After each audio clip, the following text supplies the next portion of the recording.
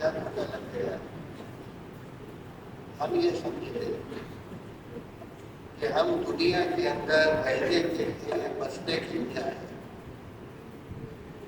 اور اللہ نے ہمیں رہنے اور بسنے کے لیے نہیں بھیجا بلکہ مرنے کے لیے اور دنیا کو چھوڑ کر جانے کے لیے اللہ نے دنیا میں بھیجا. دنیا کا دستور یہی ہے, دنیا کا طریقہ یہی ہے, یہی ہوتا آ رہا ہے, یہی ہوتا رہے گا. جب انسان نے یہ سمجھا کہ رہنے کے لیے آئے تو اس کی ساری جو محنت ہے وہ رہنے کی اور بسنے کی ہو گئی.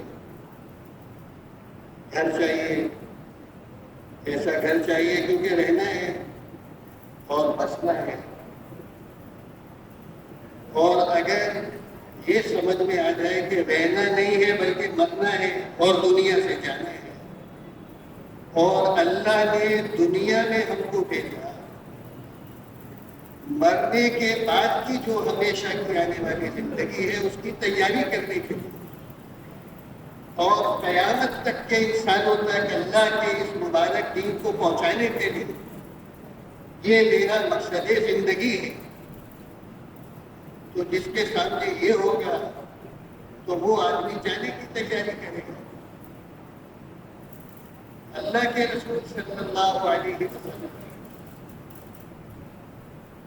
اللہ نے آپ کو خاتم الانبیاء بنایا اور اللہ نے آپ کو امام الانبیاء بنایا. آپ سارے نبیوں کے نبی تھے اور آپ سارے نبیوں کے امام تھے.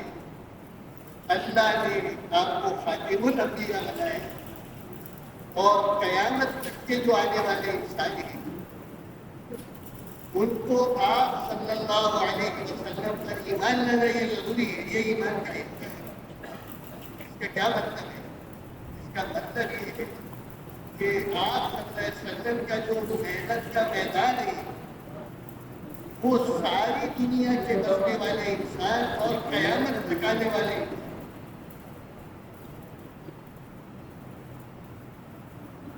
دنیا کے اندر مختلف محنتیں ہوتی ہیں. کہیں کسی چیز کی محنت ہے, کہیں کسی چیز کی محنت ہے. تو چیزوں کے اوپر محنت ہو رہی ہے اور اس محنت کے نتیجے میں چیزوں سے نفع اٹھانا, چیزوں سے فائدہ اٹھانا. تو آج سہولت ہے ہمارے اور آپ کے پاس. آج سے 30-40 سال پہلے لوگ سوچتے تھے ہم رائے جاتے تھے. پرانی بات ہے, کہیں ٹیلی فون نہیں ہوتا تھا, بازار میں بھی نہیں ہوتا تھا, ٹیلی گرام آتے تھے. کوئی بہت ہی کسی کا انتقال ہو گیا اور بہت اصل ضرورت پڑ گئی تو منڈی جاتے تھے, وہاں جی پی ہوتا, ٹیلی گرام, کاپی ٹیلی گرام, وہاں سے جا کے ٹیلی فون ملانا. حالات بدل گئے, چیزوں پہ محنت ہوئی, چیزوں کے فائدے سامنے آئے. ہماری جماعتیں چلتی تھی 30-40 سال پہلے, رائے میں ہدایات ہوتی جانے والی جماعتیں. اس میں ایک ہدایت یہ ہوتی کہ جو ملکوں میں جانے والی جماعتیں ان کو اپنے پاسپورٹ اور ٹکٹ کو کیسے سنبھالنا. پرانی تھیلی ہونی چاہیے, بنیان میں جیب ہونا چاہیے اور پلاسٹک کی تھیلی کے اندر وہ ٹکٹ ہونا چاہیے اور فلانا ہونا چاہیے, فلانا ہونا. بڑی لمبی ہدایت. اور اگر کسی کا ٹکٹ خدا نہ خواستہ سفر میں کھو گیا تو بعد دفعہ اس کے 2-3 مہینے اس میں مصیبت میں ضائع ہوتا. ایئر لائن کے دفتروں کے چکر لگانا. وہ کہتے تھے کہ ہم نے ٹیلی گرام جو ہے وہ بھیج دیا ہے, ہم نے ٹیلیکس کر دیا ہے, اب جواب آئے گا تو کچھ نہیں تھا. ہر ہفتے 10 دن کے بعد جا کے لائن میں کھڑا ہونا پڑتا تھا. کچھ نہیں کہتے ابھی نہیں آیا, آئندہ آنا. اب ٹکٹ ہی ختم ہو گئے, بغیر ٹکٹ ہی ختم ہو گئے. کیوں ہوا ایسا؟ کہ چیزوں کے اوپر محنت. چیزیں بننے لگی، چیزوں کے فائدے سامنے آنے لگے۔ اب جتنے ادارے، جتنی کالجیں ہیں، جتنی یونیورسٹیاں ہیں جہاں پہ پڑھایا جاتا ہے، سکھایا جاتا ہے، کہیں انجینئرنگ ہے، کہیں میڈیکل ہے، کہیں کچھ ہے، کہیں کچھ ہے، ایسا ادارہ دنیا کے اندر، ایسی جگہ دنیا کے اندر جہاں پر انسانوں پر محنت ہوتی ہے۔ کہتے ہیں انبیاء علیہ الصلوۃ والسلام اللہ تعالیٰ نے جو دنیا میں بھیجا وہ انسانوں پر محنت کرنے کے لیے بھیجا، تاکہ انسان بنے، انسان بنے۔ امام الانبیاء جناب محمد رسول اللہ صلی اللہ علیہ وسلم اللہ نے ایسے علاقے میں مبعوث فرمایا جو دنیاوی اعتبار سے بہت پیچھے تھا ہر لحاظ سے۔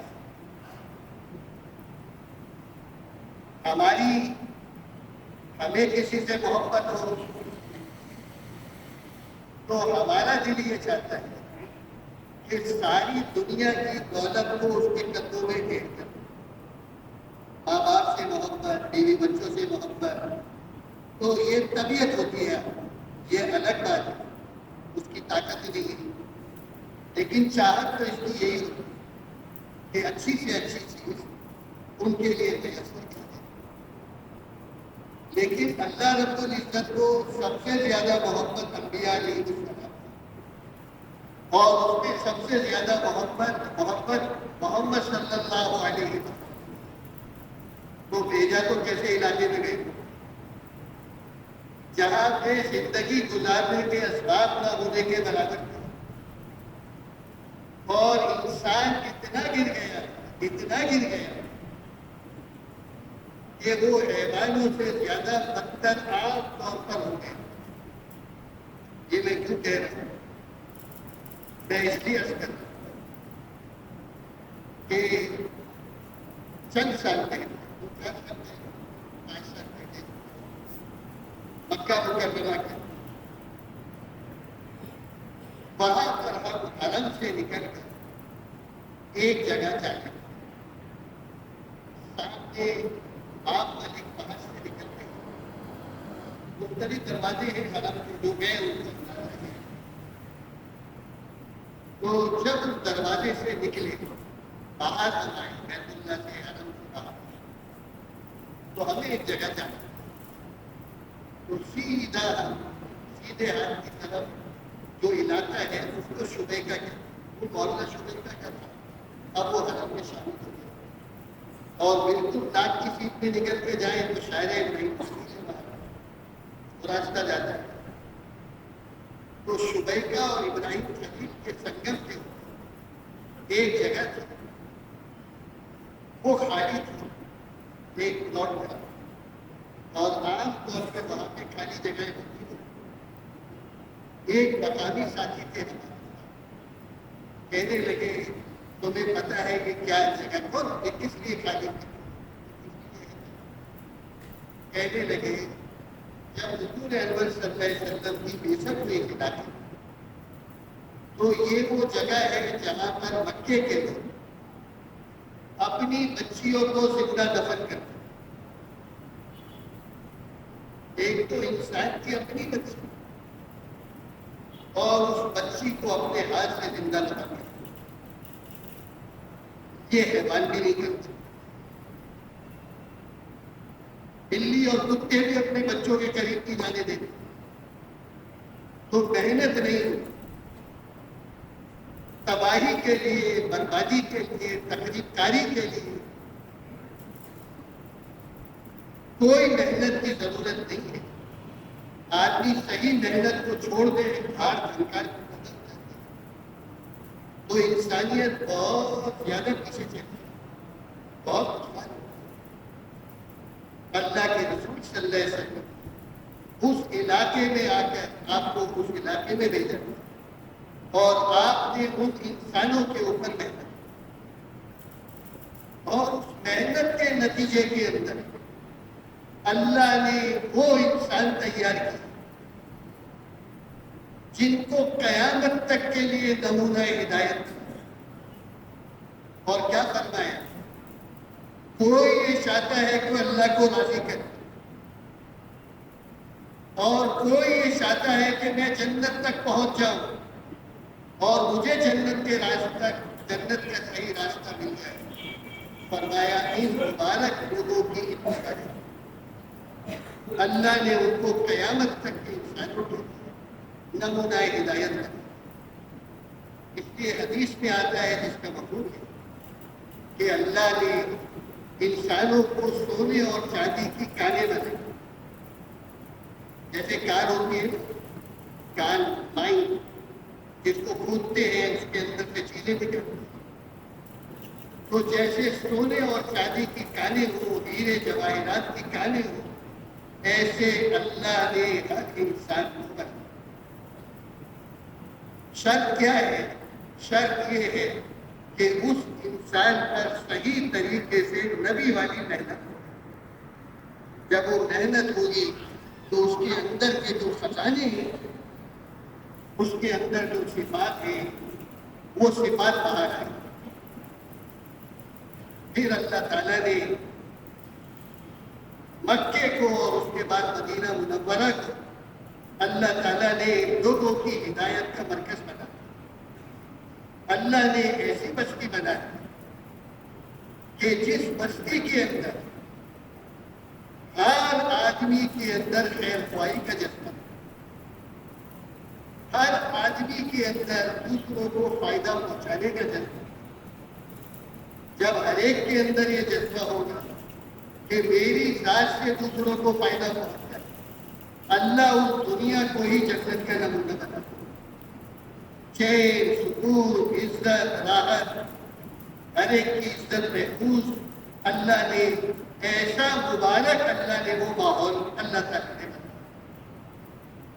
جب انسانوں کے اوپر محنت اور اس کے لیے جو سب سے بنیادی طور پہ ضروری چیز ہے وہ دو چیزیں، ایک انسان کے یقین کا بننا، ایمان کا بننا، جو اللہ نے کہا وہ سچ ہے، وہ حق ہے، وہ ہو کر رہے گا۔ میری آنکھیں کچھ بھی دیکھے، مجھے سمجھ میں آئے نہ سمجھ میں آئے، اللہ نے فرمایا یہ حق اور سچ ہے، یہ ایمان کا حصہ ہے۔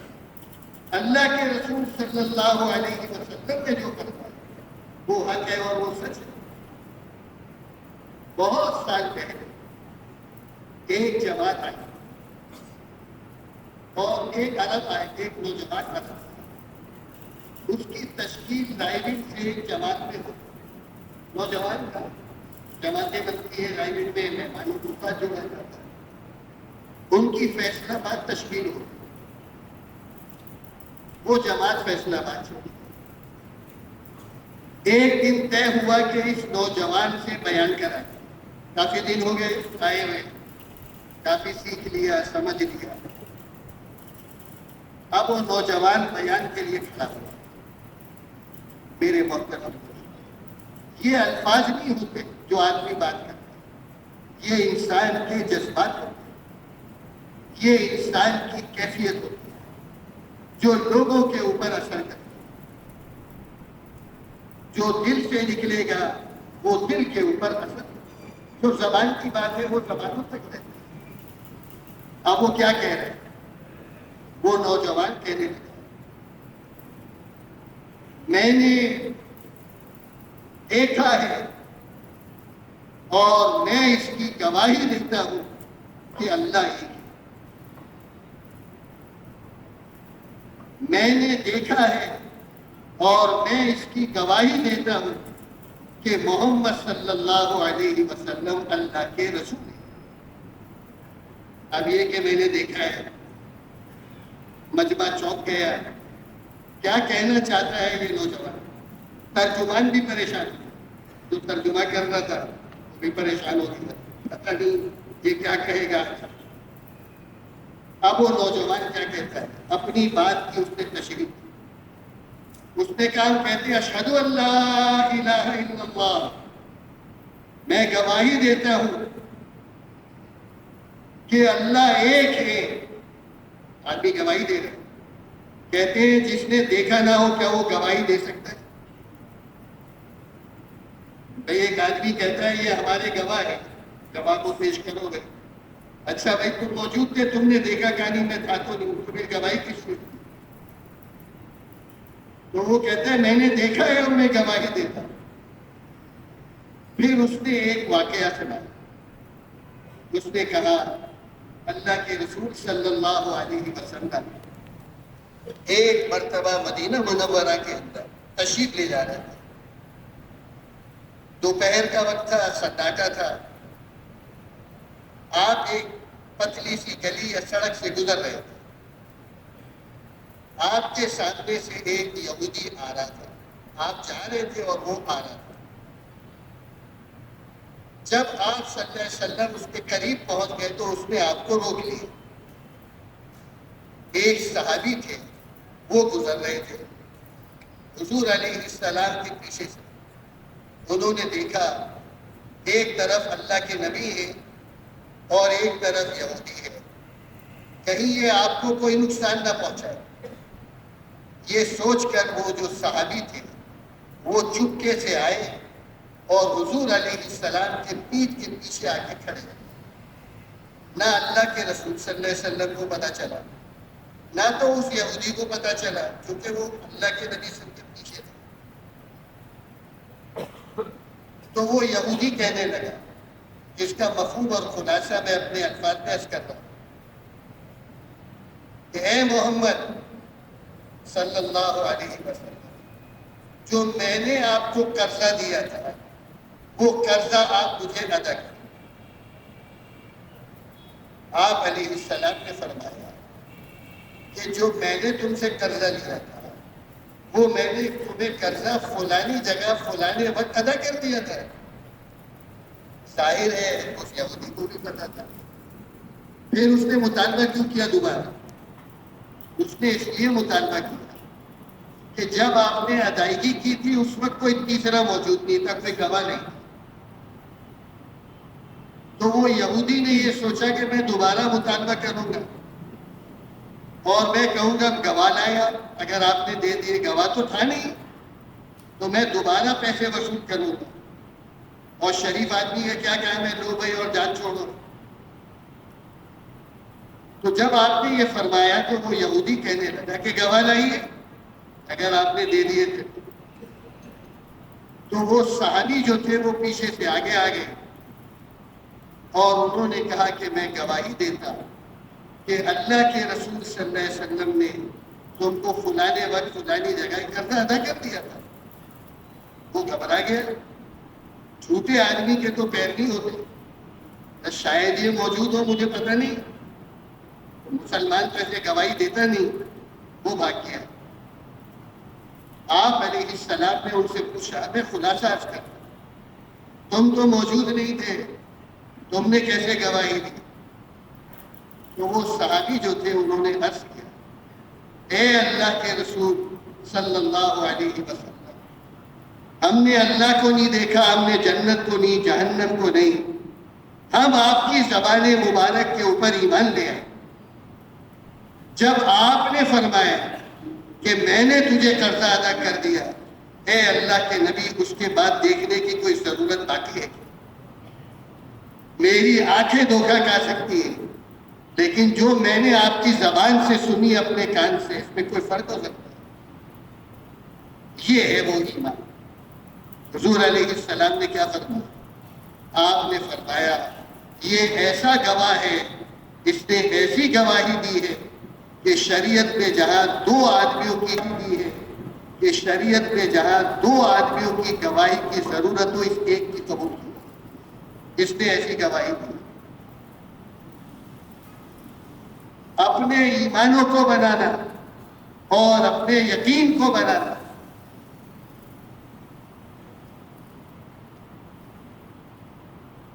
پہلی جو چیز میں عرض کر رہا تھا، جو دو چیزوں کی ضرورت ہے، اس میں پہلے یقین کا بننا، جو باتیں ہماری زبانوں پر ہیں وہ باتیں ہمارے دل کے اندر اتر جائیں، کہتے جی ماشاءاللہ کیا بیان تھا، کہ یہ تو کیا بات سنی، بہت متاثر ہو گیا۔ تاثر کس کو کہتے ہیں؟ کہتے ہیں نہیں، قرآن اور حدیث کا جو تاثر ہے وہ اس کی زندگی میں اس کا عمل بتائے کتنا تاثر۔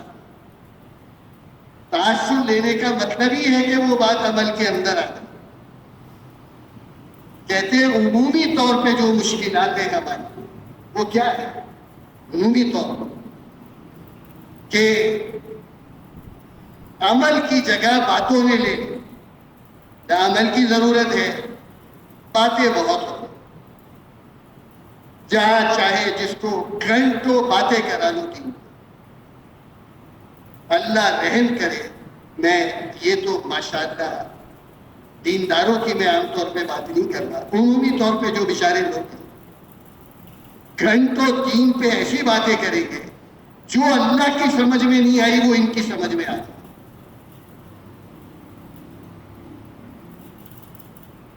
باتیں ہو رہی ہیں گھنٹوں دین کے اوپر، ہمارا خیال دین کے اندر ہمارا کوئی خیال نہیں، کچھ بھی نہیں چلے گا دین، جو اللہ نے فرمایا اور جو اللہ کے نبی نے فرمایا بس وہ دین ہے، اس کو منع کرنے کی کوشش کرنا۔ تو کیا کہتے ہیں؟ کہتے ہیں عمل کی جگہ باتوں نے لے لی، عمل کے اندر ترقی ہو آدمی کی، ہر خروج میں سروزے میں گئے، آنے کے بعد وہ جو کہتے ہیں نا ایماناً و احتساباً، وہ کیا ہے؟ ہر آدمی اپنا احتساب کرے کہ یہ سروزے کے بعد میرے عمل میں کتنی ترقی ہوئی، میرے ایمان کے اندر کتنی ترقی ہوئی، تعلیم میں بیٹھنے کے بعد میرے اندر کیا ترقی ہوئی، یہ چلہ لگانے کے بعد میرے اندر کیا ترقی ہوئی۔ میں آپ کو کیا عرض کروں، یہ تو ویسے بات ہے۔ ایک دفعہ میں رکشے میں جا رہا تھا تو ایک خان صاحب ہمارے پشتوں والے سادے لوگوں پہ زیادہ، میں ان کو دعوت دے رہا تھا۔ میں نے کہا خان صاحب کچھ تبلیغ میں ماشاءاللہ وقت ہو، ایسا آپ کو پشتوں والے بہت کم ملیں گے جن کا کوئی وقت نہ لگا اللہ کے وقت۔ کہتا ہاں ہمارا 4 مہینہ لگا۔ کتنے سال ہو گئے کراچی میں؟ 4 سال ہو گئے۔ ماشاءاللہ آپ کا چلہ تو لگتا ہو، لیکن چلہ تو ہم گاؤں میں لگائیں گے جا کے، ہم جب گاؤں جائیں گے نا تو چلہ لگائیں گے۔ میں نے کہا خان صاحب 4 مہینے میں کیا بتایا تھا کہ ہر سال 40 دن لگانے ہیں؟ کہتا ہے نہیں، یہ کراچی کا پانی بہت بے غیرت ہے، گاؤں میں جا کے لگائیں گے۔ تو وہ کیا کہتے ہیں؟ کہتے ہیں کہ نکلنا جو ہے وہ کس لیے نکلنا ہے، ہمارے نکلنے کا مقصد کیا ہے؟ کہتے ہیں اپنی زندگیوں کی ترکیب کو بدلنا، اپنے جذبات کو بدلنا۔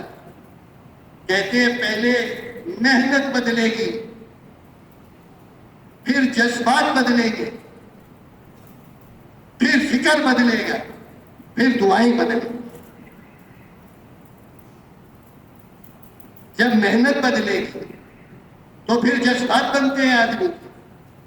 دنیا کمانا ہے، چھوٹی دکان سے بڑی دکان کرنی ہے، یا اپنی آخرت اور مرنے کے بعد کی زندگی، اپنے خاندانوں کی زندگی اور قیامت تک کے جو آنے والے انسان ہیں اور پوری دنیا میں جو بسنے والے انسان ہیں ان تک اللہ کے اس مبارک پیغام کو پہنچانا۔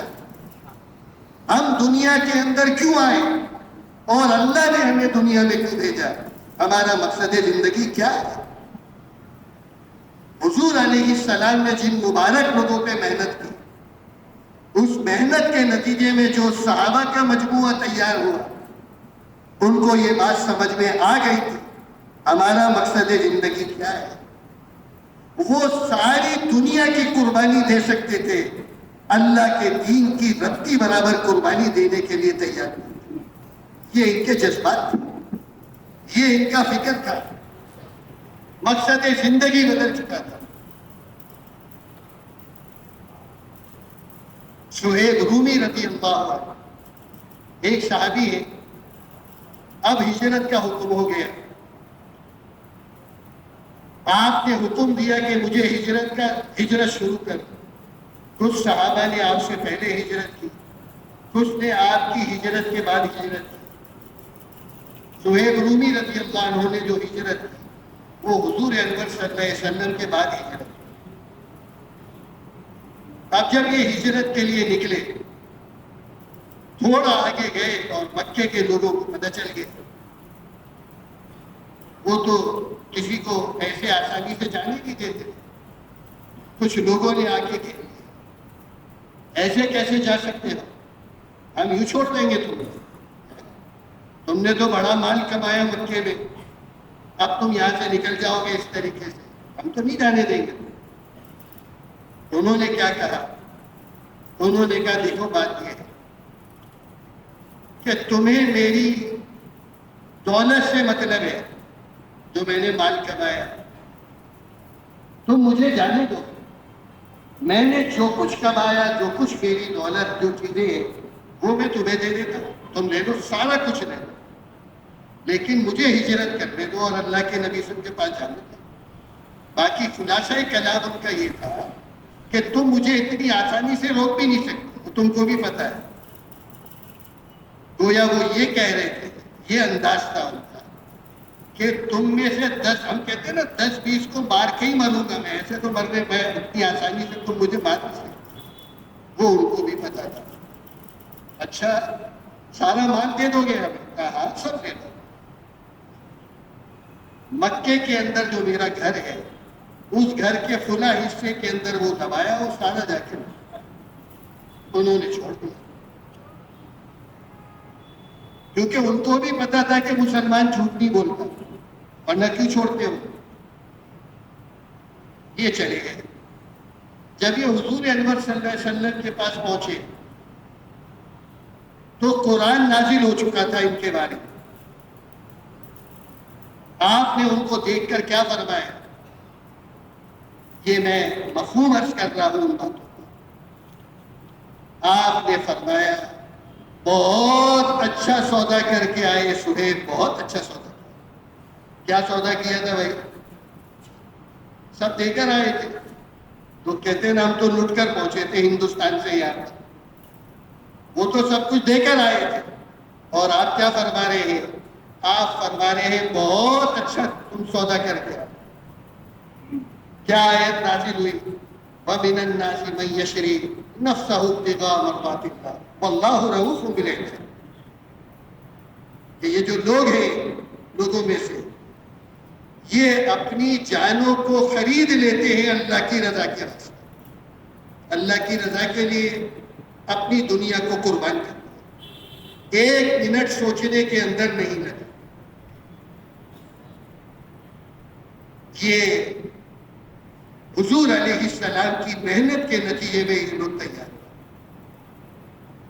ابو عبیدہ بن جراح رضی اللہ عنہ بڑے صحابہ کے اندر، یہ اتنے بڑے صحابی، ان کو امین الامہ کہا۔ ہر امت کا کوئی امین، اور میری امت کے امین ابو عبیدہ بن جراح ہیں۔ ان کے فضائل ہیں، بہت فضائل ہیں۔ یعنی یہ ایسے آدمی ہوں گے، جب اللہ کے نبی صلی اللہ علیہ وسلم کا وصال ہوا اور بہت گھبراہٹ تھی، سب جگہ پریشانی تھی، اور ادھر ادھر لوگ اب پتہ نہیں کیا ہوگا۔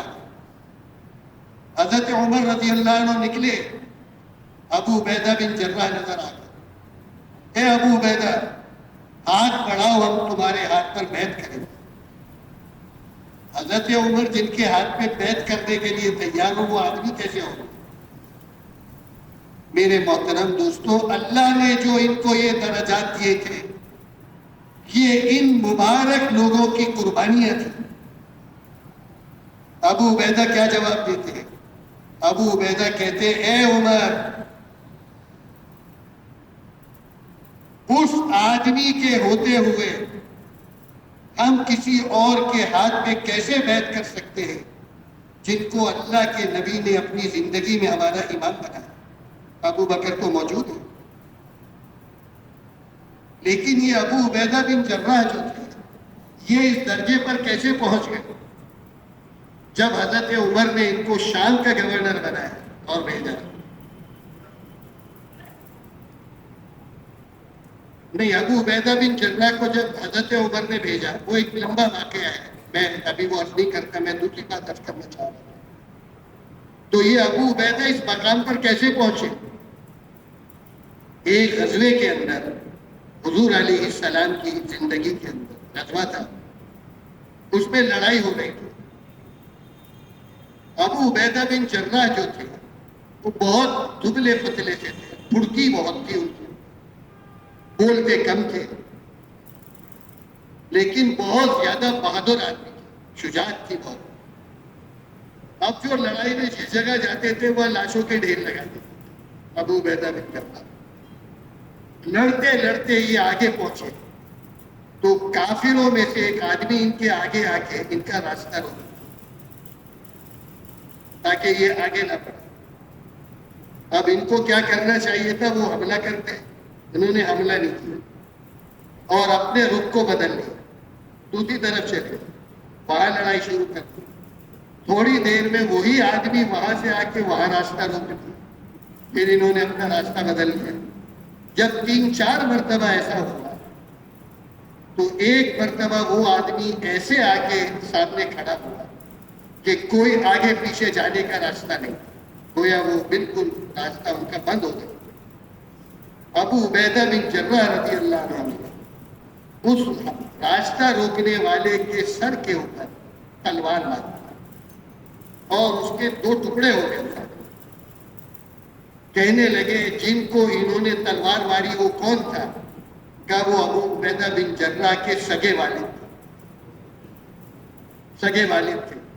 ان کی کوشش یہ تھی کہ یہ اللہ کے دشمن ہیں، اللہ کے نبی کے دشمن ہیں، لیکن یہ چاہتے تھے کہ میرے ہاتھ سے میرے والد کا قتل نہ ہو۔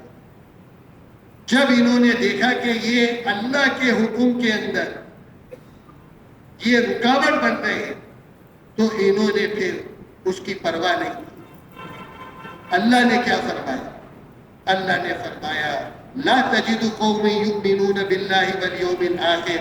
یہ آیت اللہ پاک کی طرف سے کیا فرما رہے ہیں؟ اللہ تعالیٰ اللہ ان کی تعریف فرما رہے ہیں، ان کی اور ان قسم کے لوگوں کی جو کسی کی پرواہ نہیں کرتے اللہ اور اللہ کے رسول کے مقابلے میں۔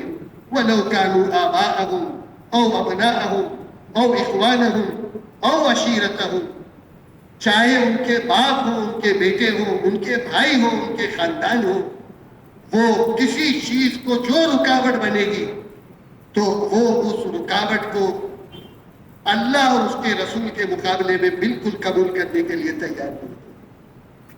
اور اللہ فرما رہے ہیں ان کے لیے، کوئی انسان نہیں کہہ رہا، اولئک کتب فی قلوبہم الایمان وایدہم بروح منہ، ان کے دلوں کے اوپر اللہ نے ایمان کی کو ثبت، جیسے اسٹیمپ لگاتے ہیں، اللہ نے ایمان کو ان کے قلوبوں کے اوپر ثبت کر دیا۔ اللہ ان سے راضی ہو گئے اور وہ اللہ سے راضی ہو گئے۔ اولئک حزب اللہ، یہ وہ مبارک جماعت تھی جو اللہ کی جماعت تھی۔ ہم کس جماعت سے ہیں؟ کہتے ہیں ہم اللہ کی جماعت سے ہیں۔ جو اس پہ رکاوٹ بنے گا وہ ہمارا نہیں، یہ اللہ کے رسول صلی اللہ علیہ وسلم کی مبارک محنت کا نتیجہ تھا، ایمانوں کے اوپر محنت ہوئی تھی۔ وہ چاہا جا رہا ہے کہ اس محنت کے ذریعے اس ایمان کو حاصل کریں، وعد اور وعید کے یقین کو اپنے اندر حاصل کرنا۔ جو اللہ نے صحیح اعمال کرنے پر فضائل رکھے، ان فضائل اور ان خوشخبریوں پر یقین کرنا، جن سے ڈرایا دھمکایا ان سے ڈرنا اور اس سے خوف کھانا اور اس سے دور رہنا، یہ وعد اور وعید کا یقین، یہ حضور علیہ السلام کی صحبت کی برکت سے اللہ تعالیٰ نے ان مبارک لوگوں کے دلوں کو ایمانوں سے بھر دیا، اللہ کے رسول صلی اللہ علیہ وسلم کی محبت سے بھر دیا۔ اور دوسری کون سی بات ہے؟ ایمانوں کو بنانا، یقینوں کو بنانا، اس محنت سے یہ چاہتے۔ دوسری کیا بات ہے؟ دوسری کہتے ہیں ماحول کا بننا، ایسی محنت کرنا، ایسی محنت کرنا کہ ایک ایمانی ماحول بن جائے، مرنے اور مرنے کے بعد کی زندگی ایک ماحول بنا۔ کہتے ہیں مکے کے اندر 13 سال کی جو زندگی تھی حضور علیہ السلام کی، آپ علیہ السلام کا نفس نفیس خود موجود ہے اس کے اندر، لیکن 13 سال کے اندر جو مسلمان ہوئے، ان مسلمانوں کی جو تعداد تھی، جو ہم نے اپنے بڑوں سے سنی، وہ لگ بھگ 1500 کے قریب۔ 13 سال میں تقریباً 1500، کچھ کم یا کچھ زیادہ۔ اور مدینہ منورہ کے اندر جو ہجرت ہوئی، اس کے بعد پہلے سال کے اندر جو مسلمان ہوئے، ان کی تعداد تقریباً 10,000، اور 10ویں سال 1.25 لاکھ۔ کہتے کیا وجہ لگی؟ اللہ کی مشیت تھی، اللہ کی مرضی تھی۔ جو ظاہری وجہ سمجھ میں آتی ہے وہ یہ ہے کہ اللہ کی مشیت یہی تھی، اللہ نے مکے کا وہ ماحول نہیں بنایا اور مدینے کے اندر وہ ماحول بن گیا۔ تو ماحول بننے کے بعد جنہوں نے قسمیں کھائی تھی ہم مسلمان نہیں ہوں گے، اللہ نے ان کو بھی ہدایت، کہنے لگے خطاب کا گدھا مسلمان ہو سکتا ہے، بیٹا نہیں مسلمان ہو سکتا۔ اللہ نے ان لوگوں کو بھی ہدایت دی۔ ایک عمومی طور پہ ماحول بن گیا، سردی کا ماحول ہے، ہر آدمی ٹھنڈ کو محسوس کرتا، بتانے کی ضرورت نہیں، گرم کپڑے نکل آتے ہیں، مزاج مختلف ہے، کسی کو ٹھنڈ زیادہ لگتی ہے، کسی کو کم لگتی ہے۔ گرمی کا ماحول ہے، کپڑے اتر جاتے ہیں، پتلے کپڑے آ جاتے ہیں، کہنا نہیں پڑتا، کسی کو زیادہ محسوس ہوتی ہے، کسی کو کم محسوس ہوتی ہے، محسوس سب کو ہوتی ہے۔ ایسے ہی جب ایمانی ماحول بنتا ہے تو اس کے اثرات عمومی طور پر بنتے ہیں، اور اس کا اثر وہ ماشاءاللہ سب لوگ اس کا اثر لیتے ہیں۔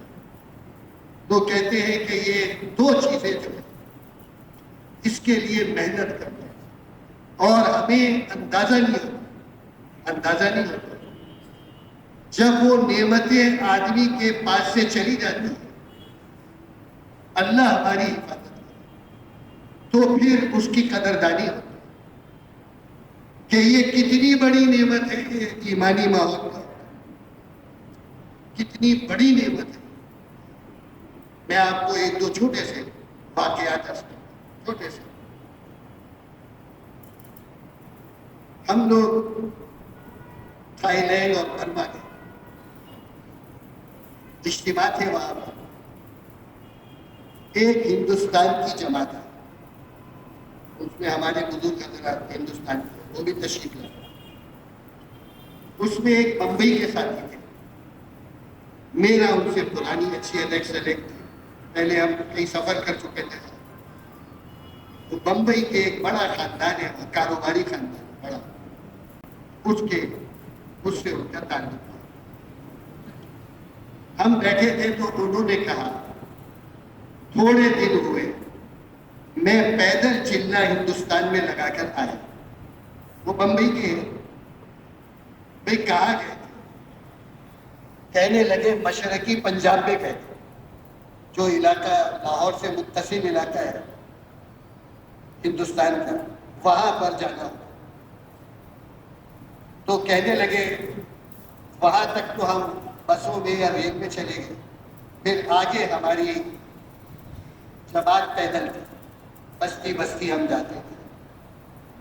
4,500 کے قریب مسجدیں تھیں تقسیم کی۔ وہ اکثر مسجدیں گردوارے میں تبدیل ہو گئی اور وہ مسجدیں ختم ہو گئی۔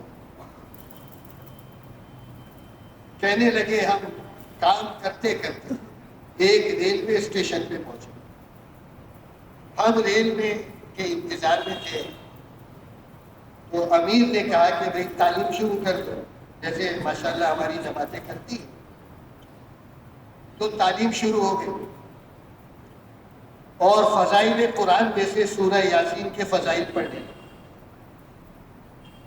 ایک بوڑھا سکھ تھا، بوڑھا، اس کے ساتھ اس کی گھر والی تھی، دونوں بوڑھے۔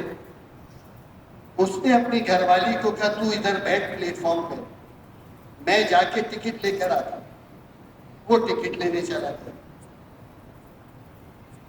اس عورت کے کان میں تعلیم کے آواز آئی، وہ اٹھ کر آ گئی۔ وہ کہنے لگی کہ بھائی صاحب آپ کیا پڑھ رہے ہیں؟ کہتے ہیں ہم فضائل قرآن پڑھ رہے ہیں، ہمارے قرآن کے فضائل اور سورہ یاسین کے فضائل پڑھ رہے ہیں۔ وہ عورت کہنے لگی 1947 میں ہم بھی ہندوستان سے ہجرت کر رہے تھے پاکستان کی طرف ریل کے اندر۔ میں بھی مسلمان، میرا پورا خاندان مسلمان، میری عمر 15-16 سال کی تھی۔ وہ عورت کہنے لگی جب اس علاقے میں ہماری ریل پہنچی تو ہمیں یہاں کے سکھوں نے روک لیا، ریل کو خالی کرا دیا، مردوں کو کاٹ دیتے، میرے خاندان کو کاٹ دیا، میرے ساتھ بچیوں کو، عورتوں کو لے جاتے تھے ساتھ۔ جب ہمارے خاندان کے مرد سب شہید ہو گئے تو میں نے دیکھا کہ یہ سارے درندے کھڑے ہیں، اب آگے کیا ہونے والا ہے یہ اندازہ اس نے لگا لیا۔ اس نے کہا میں نے اندازہ لگا لیا کہ اب میرے ساتھ کیا ہوگا۔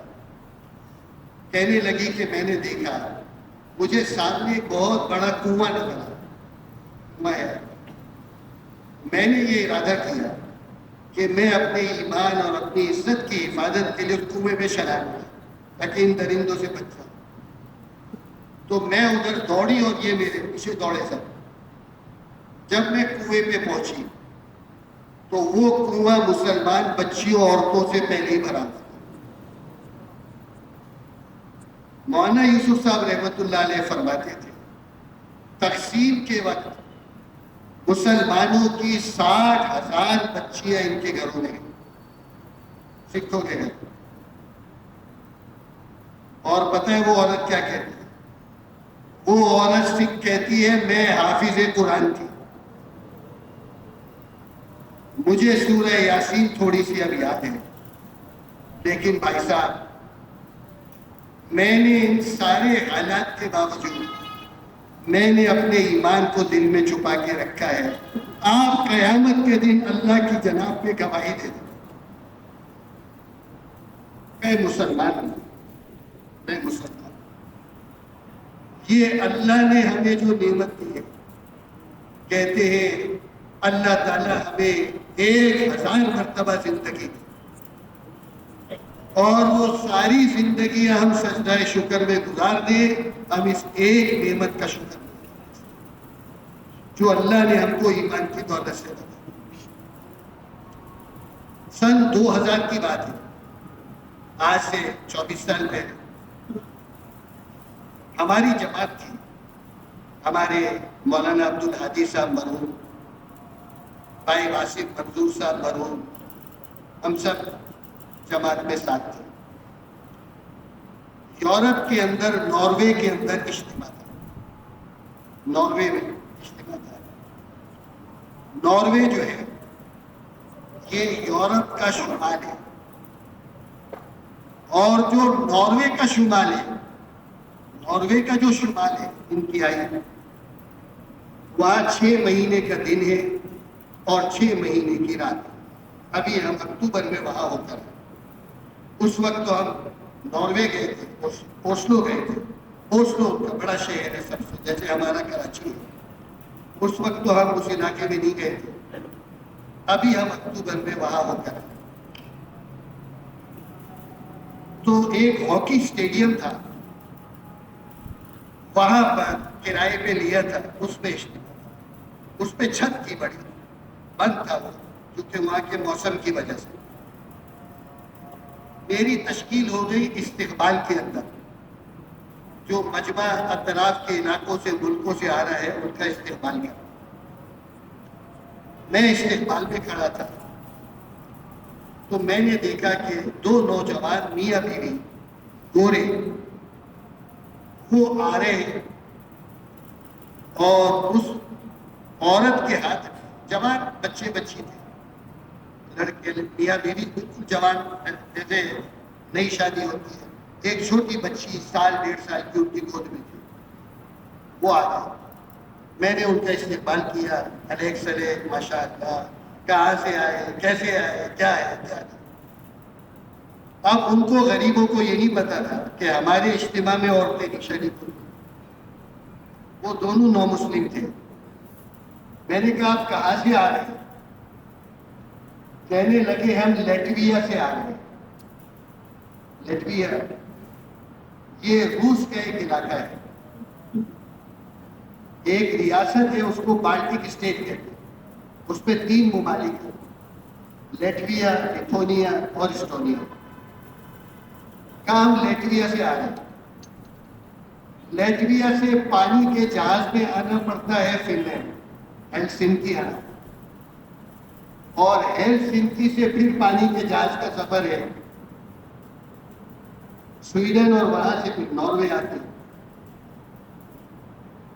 تو کہنے لگے ہم وہاں سے میاں بیوی سفر کرتے ہیں. کیسے مسلمان ہوئے ہیں؟ کہنے لگا مجھے مسلمان ہوئے 2.5-3 سال میں, اور میں نے جب شادی کی تو میں نے اپنی گھر والی کو مسلمان کیا. کہنے لگے ریگا جو ہے, ریگا شہر ہے لیٹویا, اس کے آگے کہیں دیہات میں ہم رہتے ہیں. اس پورے علاقے میں ہم 3 مسلمان ہیں, میں, میری بیوی اور میری بچی. کوئی مسلمان وہاں پر نہیں ہے. کہیں سے ہمیں خبر ملی کہ بہت سارے مسلمان جمع ہو رہے ہیں دین کے سلسلے میں. اجتماع وغیرہ تو نہیں پتا تھا اجتماع کیا ہوتا ہے. میری گھر والی نے کہا کہ میں نے کبھی بہت سارے مسلمانوں کو نہیں دیکھا ایک ساتھ.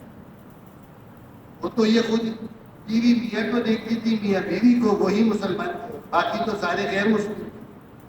مجھے مسلمانوں کو ایک جگہ دیکھنا. اب ہم غریب لوگ ہیں, خرچہ ہمارے پاس تھا نہیں زیادہ, ایک طرف کا خرچہ تھا. تو ہم وہاں سے سفر کر کے یہاں پہنچے. تو میں نے ان سے کہا, میں نے کہا پھر واپس کیسے جاؤ گے جب ایک ہی طرف کا خرچہ تھا. تو اس نوجوان نے برجستہ جواب دیا, جس کے لیے آئے ہیں وہ لے کے جائے. نو مسلم, ایک عرب تھا وہاں پہ, اس کا گھر اجتماع گاہ کا ہے. میں نے اس عرب سے کہا کہ یہ خاتون آئی ہے, ساتھ اس کی بیوی ہے, اگر تم اس کو اپنے گھر ٹھہرا دو. عرب نے کہا بالکل, یہ میرے مہمان ہیں, میں بھی اجتماع میں ہوں, میری گھر والی گھر پر اکیلی ہے, یہ ان کے ساتھ ٹھہرے. ان کو وہاں ٹھہرا دیا, اور وہ جو نوجوان تھا وہ اجتماع میں شریک ہو. جب اجتماع ختم ہوا تو مجھے یہ فکر سوال تھا کہ ان کو واپس بھیجنا ہے, خرچہ تو تھا نہیں ان کے پاس. تو فن لینڈ جو ہے وہاں سے 2 بسیں آئی تھی اجتماع میں شرکت. فن لینڈ تک ان کا راستہ یوں سمجھ لیں 2/3 راستے سے زیادہ ان کا ہو جاتا ہے, پھر تھوڑا ہی راستہ ہے. میرا خیال ہے آگے 3 گھنٹے کا پانی کے جہاز کا سفر. تو میں نے باہر آ کے ان سے پوچھا فن لینڈ والوں سے تمہارے امیر کون ہے بسوں میں جو مطلب فلانا ہمارا صومالیہ کا تھا. ابھی اکتوبر میں گیا, اس سے میری 20 سال کی بات بتا. اچھا وہ بھی مجھے دور سے دیکھ کے پہچانا. تو میں نے اس کو جا کے کہا, میں نے کہا یہ 9 مسلم میاں بیوی ہیں اور ان کے پاس خرچہ نہیں ہے, اگر آپ مہربانی کریں اپنی بس میں بٹھا لو, یہ فن لینڈ تک پہنچ جائیں گے, آگے اللہ ان کا کوئی آگے کا راستہ بنا دے گا. تو وہ سنجیدہ ہو گیا. ہم ان کو فن لینڈ نہیں لے جا سکتے. تو میں بڑا پریشان ہو گیا. تو میری پریشانی کو دیکھ کے اس کی ہنسی نکل. کہنے لگے ہم فن لینڈ نہیں لے جائیں, ہم ان کے گھر پہ ان کو پہنچا کر آئیں. ہم ان کے گھر پر پہنچا کر میرے محترم دوستو, ہم اللہ کی نعمتوں کا تصور نہیں کر سکتے جو اللہ نے ہمیں یہاں پر دی. یہ جو مجلسیں ہیں, یہ جو ماحول ہے, یہ جو مسجدیں ہیں, یہ جو اذانیں ہیں, یہ جو ساری چیزیں, یہ ایک ایک نعمت کا قیامت کے دن ہم سے سوال ہے. ثم لتسألن یومئذ عن النعیم. پھر تم سے سوال کیا جائے گا ان نعمتوں کا جو نعمتیں اللہ تعالیٰ نے تم کو دی تھی. میں نام لینا نہیں چاہتا. روس کے ایک علاقے میں ہم پہلی جماعت کی ہماری اس علاقے میں, اس کے صدر سے ہماری ملاقات, ملک کے صدر سے. آزادی کے لیے جنگ چل رہی تھی.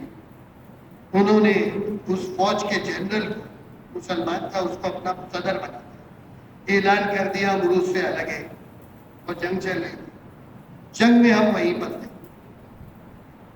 تو اس سے ملنے کے لیے جب ہم ملے صدر سے, تو اس کو ہمارے پاس تو کچھ ہدیہ تھا نہیں, جا نماز تھا. ایک جا نماز لے گئے تھے ہم اس کے لیے ہدیے دینے, ملک کا صدر تھا. تو جب اس کو پیش کیا اور 1 گھنٹہ بیٹھے وہاں پہ بات چیت اس سے کی, کیسے آئے, کیا کرتے, ہم ان کو بتا رہے تھے. تو وہ ہر تھوڑی دیر کے بعد جا نماز کو چھوٹتا تھا. پھر اس نے ایک بات کہی.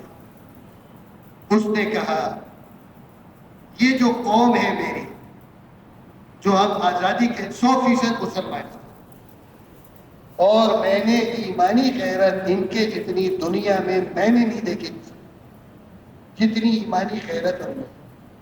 چاہے وہ دین کو بہت تھوڑا جانتے ہیں یا نہیں جانتے. دین کو نہیں جانتے. کیوں نہیں جانتے؟ 80 سال ان پہ حکومت کی روس والوں. نہ قرآن پاک ہے, نہ دینی کتب ہے, نہ علماء ہے, نہ کچھ. تو لیکن دینی غیرت بہت زیادہ.